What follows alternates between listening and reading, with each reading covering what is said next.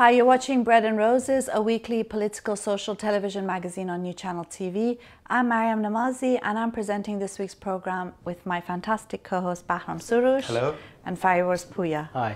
In this week's program, we're going to be speaking about the extremely reactionary ISIS and the British connection, because I think that's quite an interesting issue that we need to discuss further.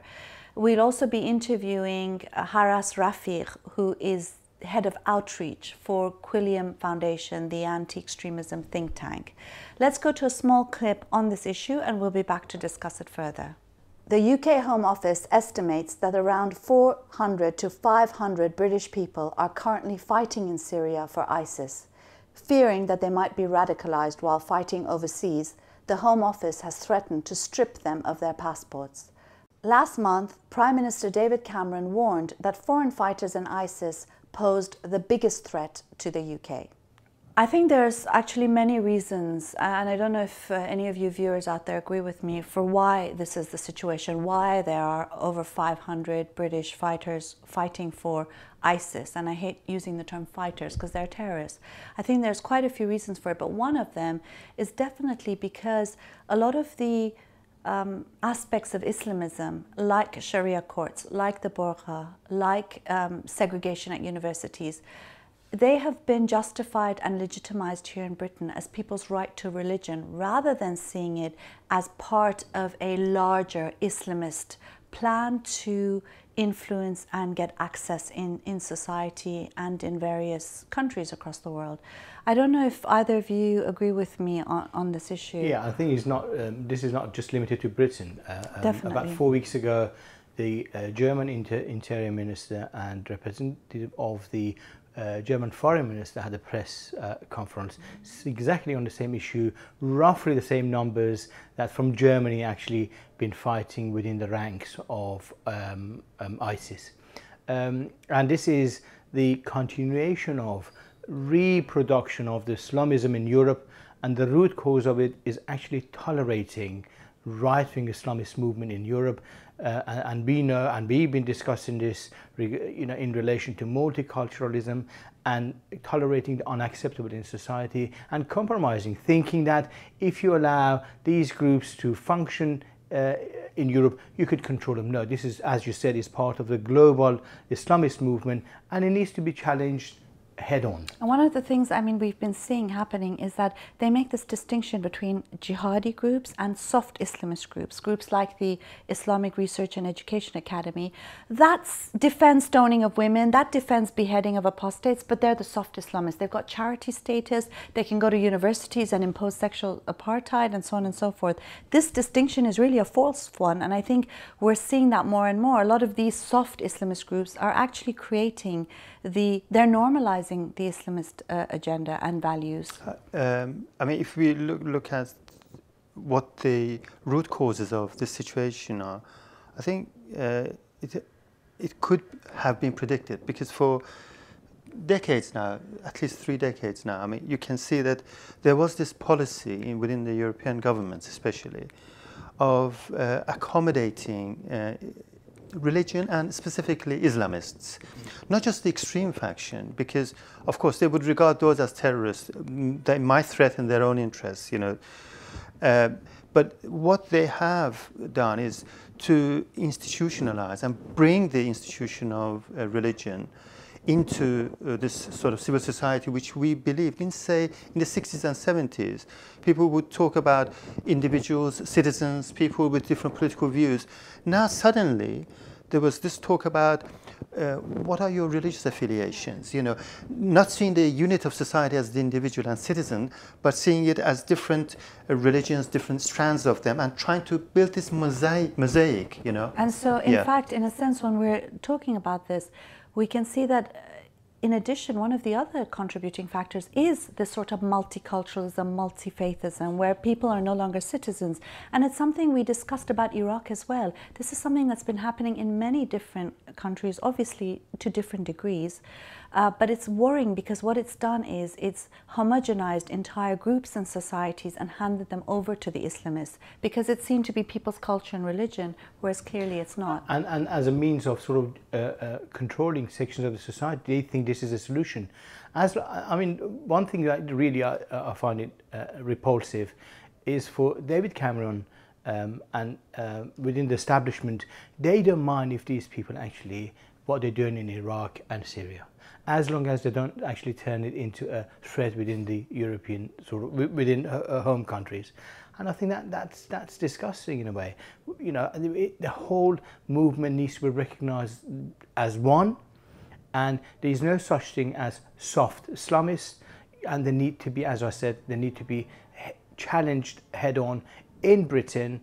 And this is today in schools in Britain, in communities in Britain, they are being reproduced. And if the society is not prepared to actually challenge this, we're going to see a lot more of this in the future.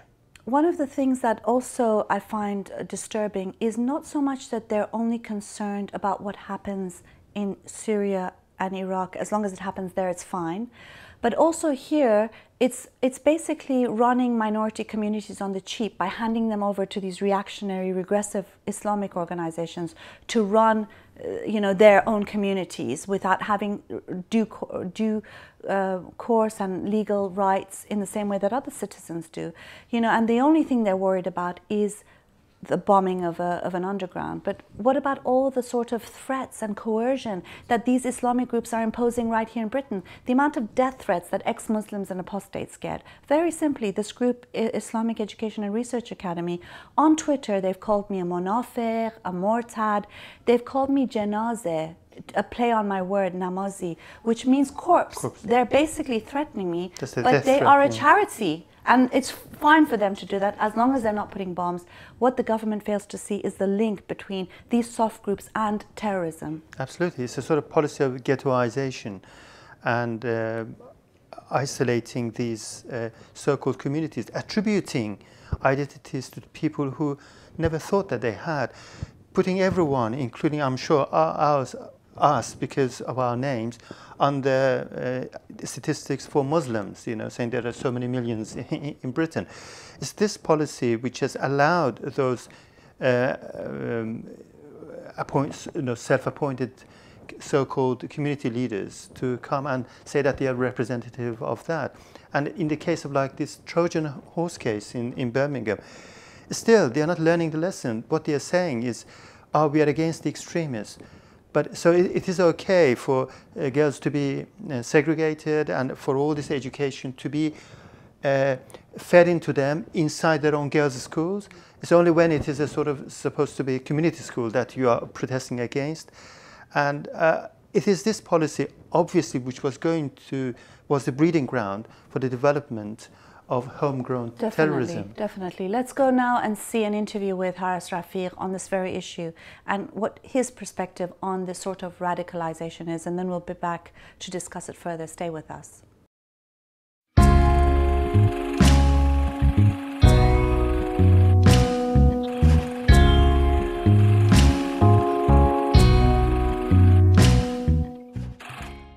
Hello, Haras Rafi. Thank you for joining our program.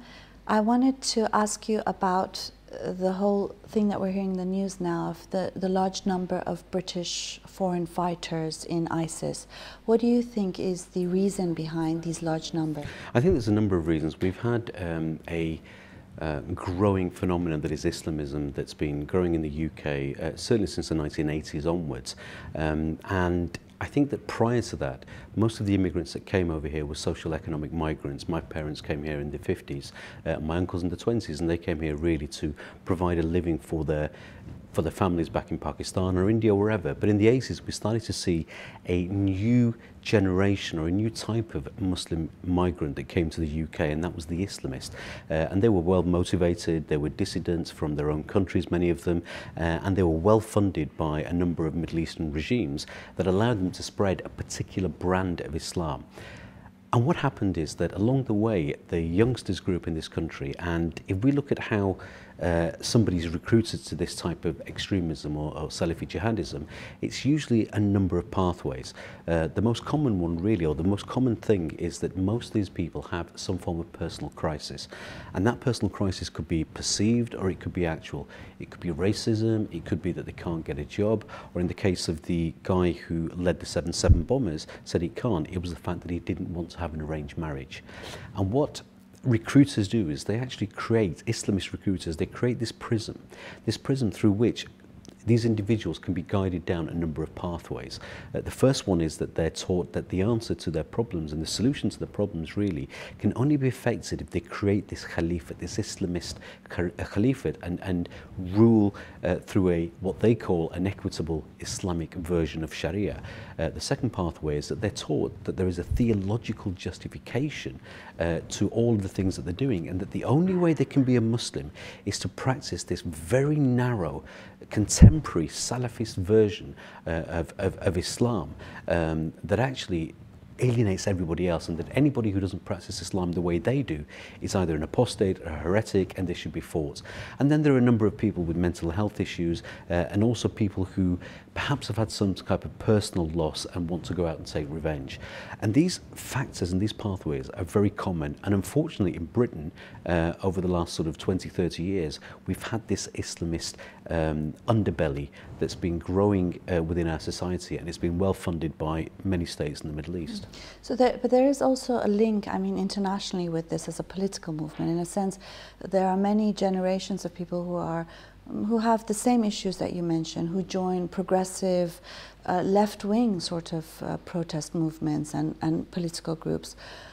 In a sense, it is because of the fact that we have an international Islamist movement that it makes it easier for a lot of these young people, in a sense, to be guided towards it? Oh, absolutely. The number of reasons. I mean, yes, we do have this international Islamist movement. You know, it's operating now. It has been doing from the Middle East and from parts of Southeast Asia. But one of the things that they've been able to do very well is get out to youngsters messages of recruitment in a manner that they actually want to be able to receive them. So, for example, 10 years ago, they were using emails and mobile phone text messages very, very effectively. Right now, they're using Google, Facebook, they're using Twitter, and they're using YouTube, and all of the social media ways of actually getting to people much more efficiently than we're doing, certainly in the counter-narrative side and certainly on the progressive side. So I think that the way and the strategies that they're using to get to youngsters is much more slicker, and we have a lot of catching up to do.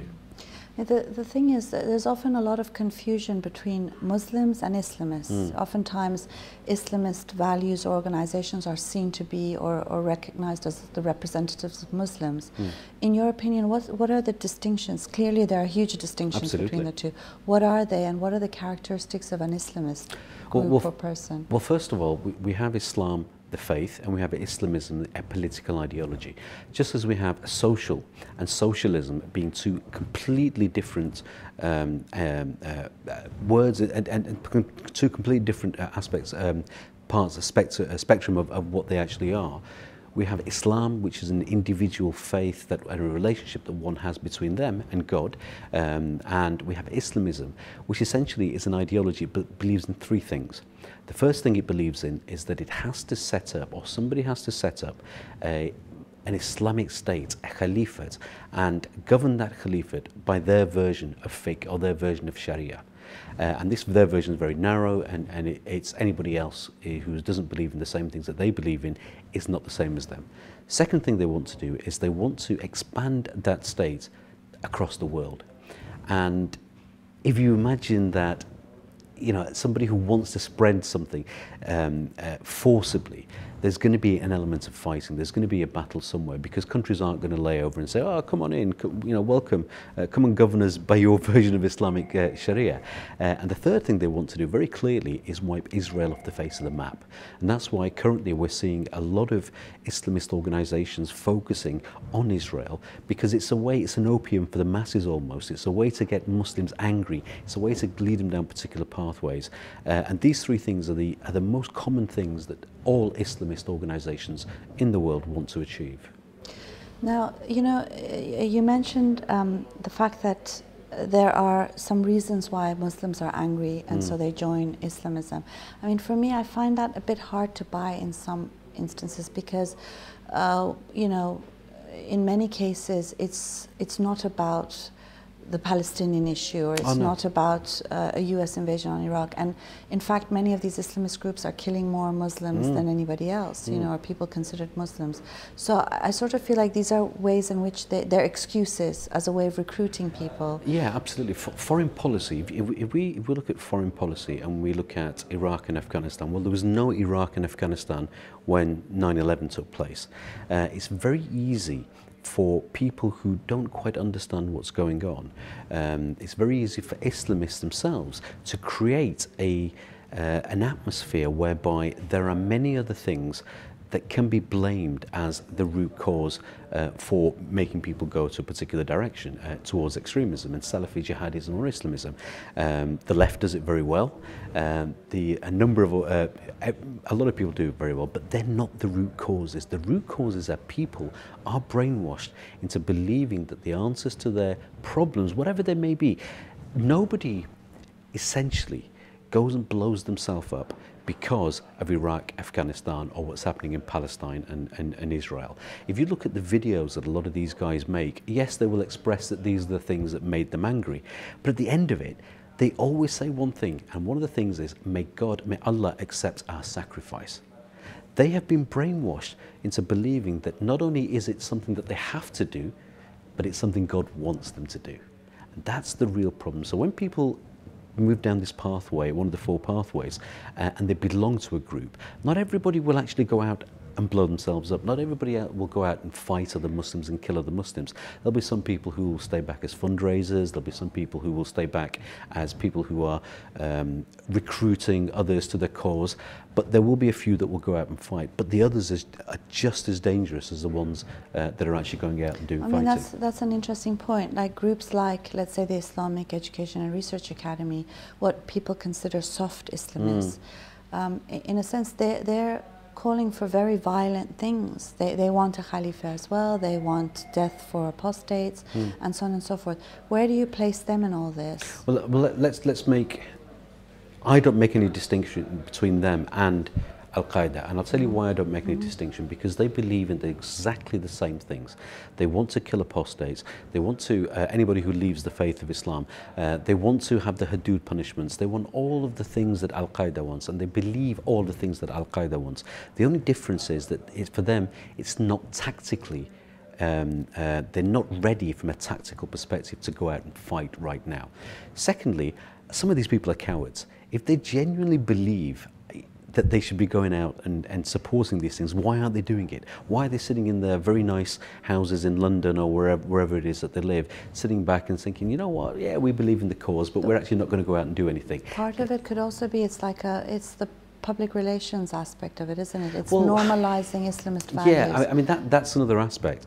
If you look at IERA, one of the things they say in their propaganda is that they believe that they're doing dawah to propagate what they call normative Islam. And you're absolutely right that by actually making a lot of noise, by actually hijacking the microphone, by actually going into universities, by actually going into a number of places, they can make it seem, first of all, that that is the only real acceptable face of Islam. And secondly, yes, they are recruiting for their cause. And I wonder how many people are actually out in joining with ISIS or somewhere else because of a radicalization process that's been started by groups such as IERA. So do you see a link between, let's say, the rise in Sharia courts here in Britain to the gender segregation at universities, to groups like what IERA are doing, with the rise of what's called jihadism? Or? Yeah, absolutely. One of the things, one of the initial starting points of taking somebody down a pathway is to persuade them that the Islam or the faith that their parents practiced and their grandparents practiced, which didn't show a dichotomy between being British and Muslim or Pakistani and Muslim or Iranian and Muslim or whatever nationality and Muslim, is actually fits into, and the practices fit into one of four categories: bid'ah, haram, shirk and kufar. All the practices they believe, or many of the practices they believe, take people down a path that actually no longer makes them a Muslim. So these people, when they start bringing back, and I say bringing back very carefully, segregation, gender segregation, and wearing the niqab, because I never saw the niqab in the UK. I was born here, I'm 49 years of age. I never saw the niqab in the UK until I was about 18 or 19. And I lived in a Muslim area, I was brought up in a Muslim area. This Arabization, this Salafization of the Islam that the people from the Indian subcontinent, majority of Muslims in this country, brought over here, is a massive, massive tool that they use to actually start the process of taking somebody down this particular pathway. How do you challenge all of this? I mean, some of the work that Quilliam's doing. I think one of the things we notice is that people talk about lone wolf radicalization. People talk about people being radicalized in isolation. That's a lot of rubbish. And I'll tell you why that's a lot of rubbish. We recently did a report called Jihad Trending, where we analyzed 30 jihadi websites. And there were a number of things that were debunked. One of the things was that there is no such thing as lone wolf terrorism. Every single person that goes down a path of extremism has to have some form of contact with charismatic recruiter or recruiters. This could be IRA, this could be somebody from ISIS or wherever it is but Tahrir or whoever. Second thing is that banning and prescribing these organizations in a liberal democratic society on its own does not work. The government has made some very, very serious mistakes. And one of the mistakes they're making is they'll say, well, here is an organization, we believe it to be extremist, we believe it to be violent, well, let's just ban it. Well, fine, ban it, but make it difficult for them to set up again. Secondly, one of the things that we're doing, and we have been doing for a while, and I've certainly been doing for the last 10 years, is actually trying to reintroduce some counter-narratives, trying to engage in some form of social activism to actually say, well, you know what, this is a problem that faces our society, both in the UK and a global society as well. And it's not something just for Muslims. It's only when people of faith and no faith, people who are Muslims, people who are not Muslims, come together and view this ideology in the same way that we might have viewed fascism in the 1930s or 40s, that we're actually going to be able to do something about it. So a lot of the things that we've been doing recently is building this liberal alliance, this liberal progressive alliance, and then actually providing counter narratives and actually providing some form of social activism to try and prevent people from Muslims from going down that pathway in the first place, and secondly, the ones that have, try and bring them back. Okay, thank you very much. My pleasure.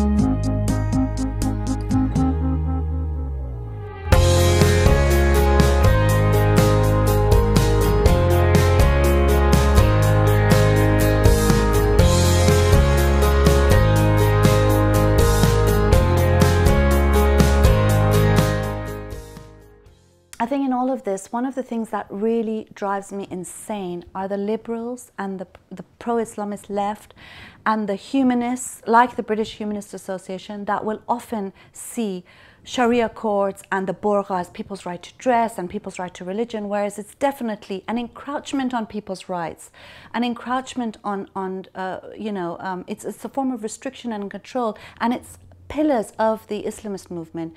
There needs to be a concerted effort into seeing the various aspects of this movement as part of this movement, rather than seeing it as people's individual choices. It's not. Absolutely. This is a chain, pieces in the chain of, Islamism sort of movement in Europe.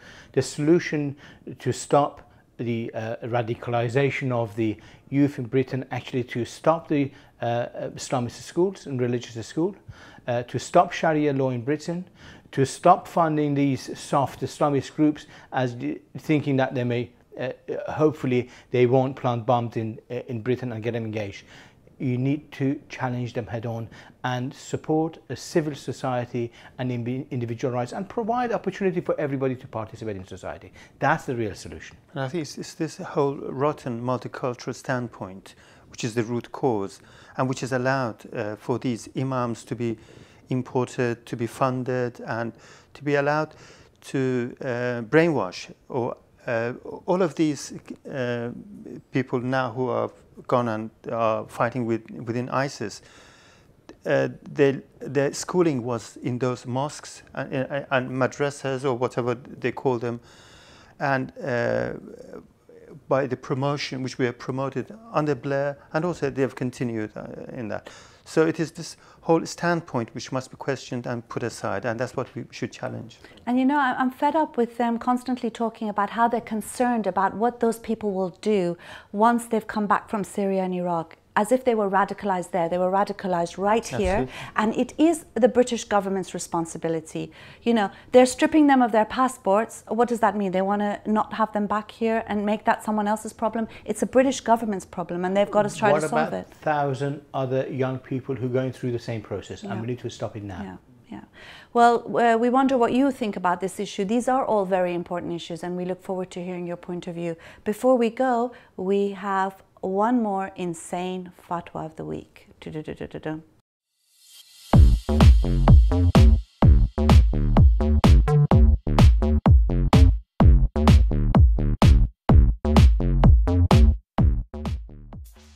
Now, a while back, I don't know if you heard this, but Sheikh Mohammed Monajid, he called Mickey Mouse one of Satan's soldiers. And he said that according to Islamic law, Mickey Mouse should be killed in all cases. Now, it's interesting because he was also a diplomat at the Saudi embassy. Well, we couldn't have expected anything less from him in Washington, D.C. And he made this remark on Arab TV. And he said that it's not only Mickey Mouse, it's also Jerry from Tom and Jerry, off with their heads. I think someone needs to tell him that they're not real, but they're so used to killing that they can't quite, see any boundaries or borders. He has a lot of imaginary characters and imaginary friends. Well, that's the end of our program. We hope you enjoyed our program, and until next week, we hope you have a wonderful week. Goodbye.